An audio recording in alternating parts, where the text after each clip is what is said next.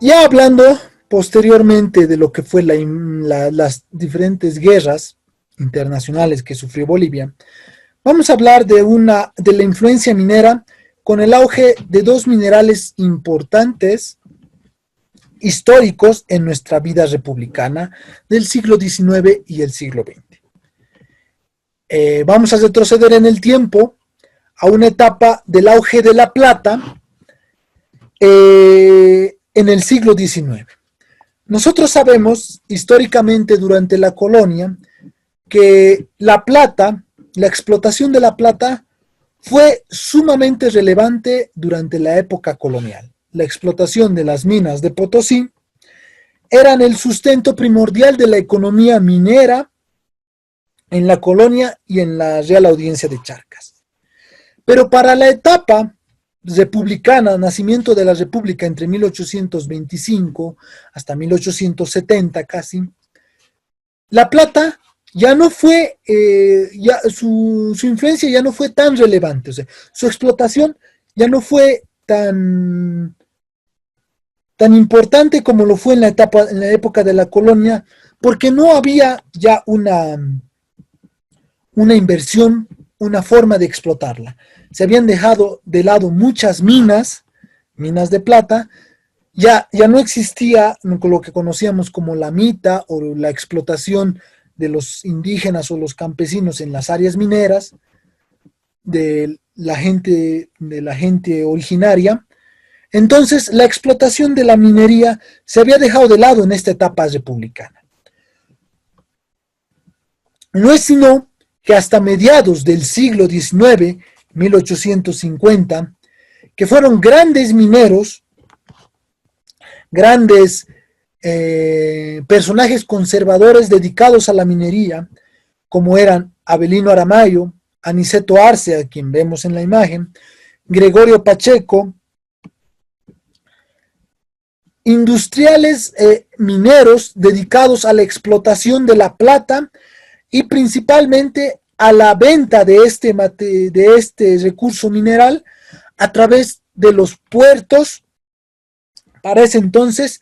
de los puertos bolivianos. Pero el coste de los puertos bolivianos, de la llegada de la materia del mineral a los puertos bolivianos, era muy alto para estos industriales mineros, para estos personajes que se dedicaban a la extracción de la plata. Entonces, ellos ven por conveniente, de alguna forma, para 1860, 1870, ven la gran influencia que existe del Estado chileno en los puertos bolivianos y en la región de la salida al mar boliviana, pero por empresas chilenas, y su necesidad de crear ferrocarriles en esta área. Entonces, si la existencia de ferrocarriles desde las minas de Potosí hasta la salida del mar era un interés principalmente chileno y no tanto boliviano, es que estos industriales, estos personajes, veían con buenos ojos el gran acrecimiento de la industria chilena en las regiones del mar, del litoral boliviano. Para estos personajes de la extracción de la plata, la compañía Huanchaca era el símbolo de la riqueza mineral que existía en Bolivia. Esta se dedicaba a la extracción de la plata en las minas del departamento de Potosí, principalmente en las minas de Huanuni, siglo XX, etcétera, etcétera, toda esa área minera que hasta ahora sigue siendo un área muy importante, pero esta compañía Huanchaca dedicada a la extracción de la mina de Pulacayo en el departamento de Potosí, es de que veían la necesidad justamente de abaratar los costos de la exportación de la plata para la llegada y la salida al mar. Entonces, justamente como les decía, estos personajes no vieron con malos ojos la guerra del Pacífico. De hecho, eran los más grandes millonarios, los más grandes oligarcas bolivianos, Aniceto Arce, Gregorio Pacheco, etcétera, que se encargaban de la explotación de la plata y eran personajes muy influyentes en la política boliviana. Por consiguiente, tras la pérdida de la Guerra del Pacífico,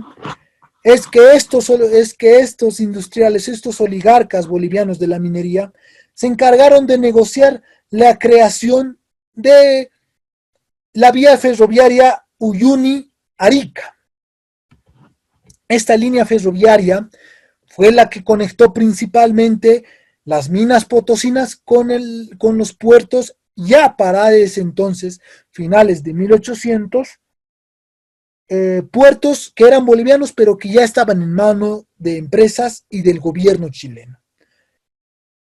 Este auge de la plata fomentó principalmente la economía boliviana en el sentido del crecimiento de la industrialización, puesto que la llegada de los ferrocarriles a Bolivia, la llegada de la maquinaria de explotación, de la maquinaria moderna de la revolución industrial, se debe justamente a un personaje, para allá, entonces presidente Aniceto Arce, era el industrial minero más influyente y luego se convirtió en presidente, pero que esta fue la época en la que la revolución industrial llegó a Bolivia como tal, gracias a la explotación. Pero el lado negativo, el lado negro de esta parte de la historia es de que justamente al ver la necesidad de que Chile implemente ferrocarriles en el área costera del litoral boliviano, fue también la que mantuvo la idea de que la guerra debía realizarse y el litoral debía pasar a manos chilenas para una mejor administración de los puertos. Cosa que fue beneficioso para la exportación de la plata, pero lastimosamente conocemos la historia del enclaustramiento boliviano. Luego pasamos a otra etapa de auge mineral, pero ya no con la relevancia de la plata, sino con la relevancia de otro mineral, en este caso el estaño. Ya dejamos atrás el siglo XIX, la época de los oligarcas conservadores, y entramos en una Bolivia un poco más liberal a partir de comienzos del siglo XX.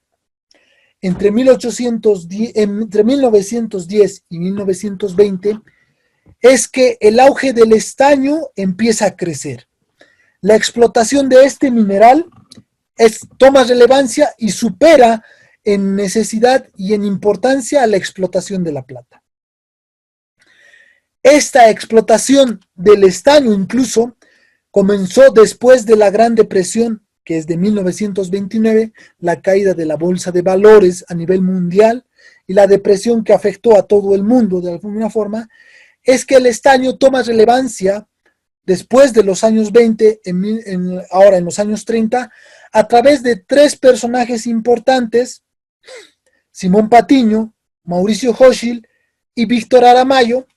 que eran considerados los varones del estaño porque eran los más grandes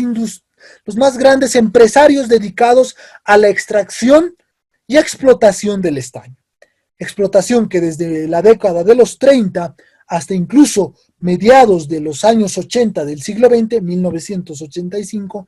es que tomaron gran relevancia dentro de la política, la economía y el estatus social de nuestro país.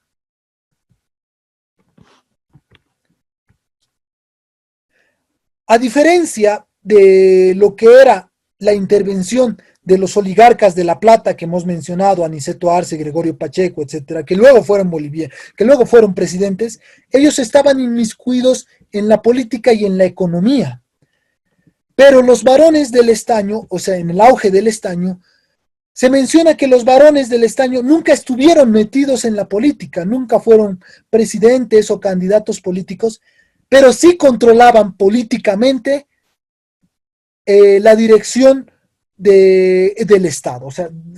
controlaban por su gran riqueza, muy superior incluso a la de los industriales de La Plata, los industriales del estaño eran mucho más ricos, eran mucho más poderosos, y por más que no tenían necesidades de ser representados políticamente, o sea, estar inmiscuidos en la política, dirigían a los políticos de ese entonces, o sea, a los políticos de la Bolivia de los años 20, 30 y 40. Justamente estos varones del estaño, que habían acumulado grandes riquezas a costa de la explotación del estaño, fueron vilipendiados, o sea, fueron enemigos de la mayoría de la gente y de muchos pensadores políticos, puesto que la gran extracción del estaño, las riquezas no se quedaban en los tributos bolivianos. O sea, se toma en cuenta de que el impuesto por la extracción de los minerales era ínfimo, o sea, muy pequeño, era mínimo,